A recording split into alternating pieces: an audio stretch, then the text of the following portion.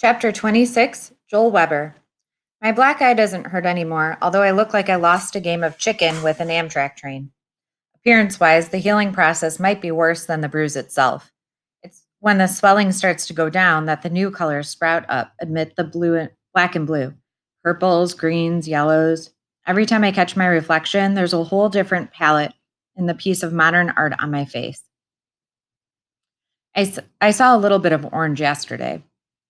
I'm the only one in my family who finds the changing colors around my eye socket so intriguing. In a weird way, it's easier on me. If I'm sick of looking at myself, all I have to do is stay away from mirrors. My parents don't have that option. When they see my black eye in any of its stages of evolution, they're stricken with guilt. Maybe it was the wrong decision to bring you home, my father reflects sadly. Of course it wasn't wrong, I tried to assure them. I hated Melton. Well, but aren't you afraid that my mother lets out a short wheezing sob in C sharp? It might be starting up again.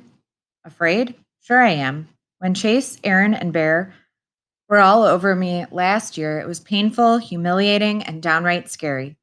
If you can't even ride your bike without a lacrosse stick sailing out of nowhere and sending you flying, life becomes impossible. You know it's not your fault. You know those guys are idiots. And yet you can't help thinking you somehow deserve it, that you might be just a teeny bit less worthy than everybody else. After all, how come no one is picking on any of them? But as worried as I am about all that, I think what bothers me the most is how wrong I was about Chase. I honestly believed he'd changed. I was even starting to like the guy. It goes to show how mistaken a person can be. My parents' reaction is bad enough. My sister's is off the chain. Every change in the bruised topography of my face launches into a new revenge fantasy about what she would do to Chase if I were in charge of the world. Some of these are so brutal and, in some cases, so downright gross that I have to cut her off. Come on, Shosh, I exclaim as the two of us head for Brendan's house on Sunday morning. Listen to yourself, like you'd ever put another human being through a wood chipper. I never said another human being, she replies evenly. I said alpha rat. And if you were paying attention, I said I'd feed him in feet first. That way he gets to watch while his whole lower body. Enough, I interrupt. You wouldn't do that. Nobody would do that. The Spanish Inquisition didn't do that.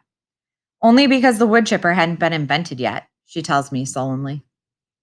Anyway, I sigh, anxious to change the subject. I wonder what Brendan wants. What do you think? She snarls, still in a bad mood. He has another stupid idea for a YouTube video, and we're the cast and crew. The text said that's not it, I remind her. It better not be. Otherwise, Brendan's going in the wood chipper. That's my sister. No problem's ever so small that she can't overreact to it. We start up to the Espinosa's front walk and come face to face with Kimberly. Oh, hi, guys. She gives me a long, hard look. Your eye is better, she adds dubiously. I'm okay, I say quickly. I don't want Shosh to nominate any more candidates for the wood chipper. You also got the text? My sister asks Kimberly. She nods, and Chase is coming too. What? Chase? Shosh grabs my arm and starts dragging me back down the walk. Brendan explodes out the front door and runs up to us. Where are you going? Chase Ambrose isn't coming anywhere near me or my brother, Shosh sees. That's why I invited you. Chase is innocent. She keeps pulling me along. Well, not totally innocent, Brendan pleads. But he didn't hit Joel on purpose. He was just as blindsided as we were. I've got proof. What proof? I ask. One man band, he explains. The video survived, and it proves that Chase was trying to stop Aaron and Bear. We're going home, Shosh insists. You go home, I tell her. I'm staying. Here, she demands, with that guy coming over. This time, I don't let her push me around. I want to know what happened. I have to see it for myself. And she stays too, probably because she thinks I need protection. A lot of guys would be embarrassed about that, but I'm at least a little bit grateful. At any minute, Chase is going to walk into Brendan's front door, and I can't predict how I'm going to feel about it. I've seen him around school here and there. Still, this will be the first time since the fire extinguisher incident that we'll be in the same room together. We establish ourselves on the living room couch, and Brendan sets up his computer on the coffee table. I transferred this from one of the flip cams, he explains. I brought it home to shoot something else, and this was on it. He puts out some snacks, and we settle in to wait for Chase. 20 minutes go by. Then we're up to half an hour. Kimberly is impatient, mostly because Chase is the only reason she's here. Where is he? Brendan texts again. No answer. Well, what did you expect? Shosh scoffs. He said he was coming, Brendan insists. He cares as much about you as he cares about everyone else except himself. Zero. Face it, he blew you off. My sister stands up. Let's go, Joel. We've already wasted enough of our lives, courtesy of Chase Ambrose. I turn to Brendan. Play the video. Chase can see it some other time. We fast forward through most of it, watching musician Brendan popping up all around the risers, playing different instruments for his one-man band. He switches into regular playback once the tuba sequence comes up. I feel my stomach muscles tense.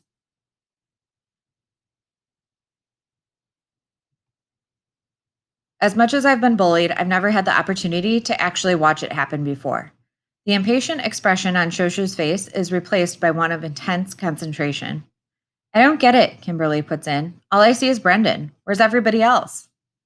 You and Joel are there, but you're both out of the frame, Brendan explains. Keep watching. We hear Aaron and Bear fling the doors open, even though they're off camera. The first thing we actually see are two jets of white foam that catch Brendan full in the face. He goes down, tuba and all. It would be funny if I didn't know what was coming next. When the streams of foam change direction to some target off screen to the right, I know I'm the one in the line of fire. There's a lot of yelling going on, and I hear my own voice in there with Brendan, Kimberly, and the two attackers. After a few more blasts of foam, Aaron and Bear step into the frame, appearing on the left side of the screen. The next part I remember all too well. Aaron and Bear are tossing instruments all over the place and trashing the band room. I try to take on Aaron, but he shoves me down into the foam. It's hard to watch, but not as hard as I thought it would be. This is not who I am, I tell myself. It's just something that happened to me. Somehow, seeing it unfold in real time, in high-definition video, I'm able to expand the fracas in the band room to include every rotten bullying thing that was ever done to me. And here I am, alive, undamaged, well, except my eye. I've been victimized, but I don't have to let that define me as a victim. I'm back at home and back to myself. That's when Chase makes his appearance on the computer screen. He seems totally stunned by what he finds, even when Bear thrusts the fire extinguisher into his arms. I sit forward eagerly because that's my fire extinguisher, the one that's about to bash me in the eye. As I watch Chase and Bear struggling over the shiny metal cylinder, I tense, knowing it's coming any second, and following the combatants, checking for the high sign, the nod of acknowledgement that shows that the three are in cahoots, and it's time to clobber the kid who got them put on community service.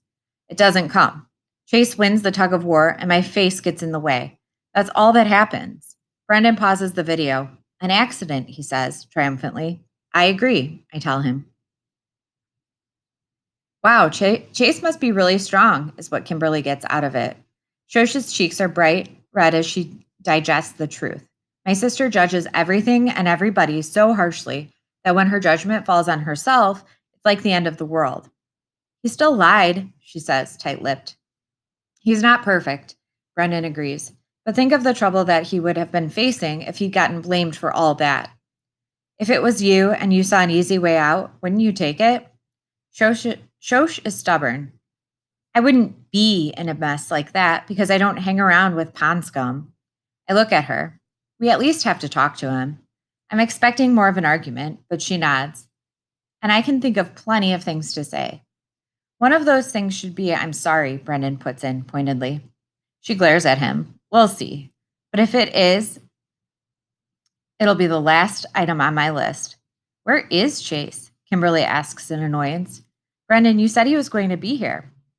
Brendan is already on his phone talking with Mrs. Ambrose. He frowns, thanks her, and hangs up. According to his mom, he's on his way to Portland Street. She said he was in a real hurry. Did he forget to come? I ask. Brendan shakes his head. He said he'd be here. He just texted a couple hours ago. Shosh stands up. Let's go over to Portland Street.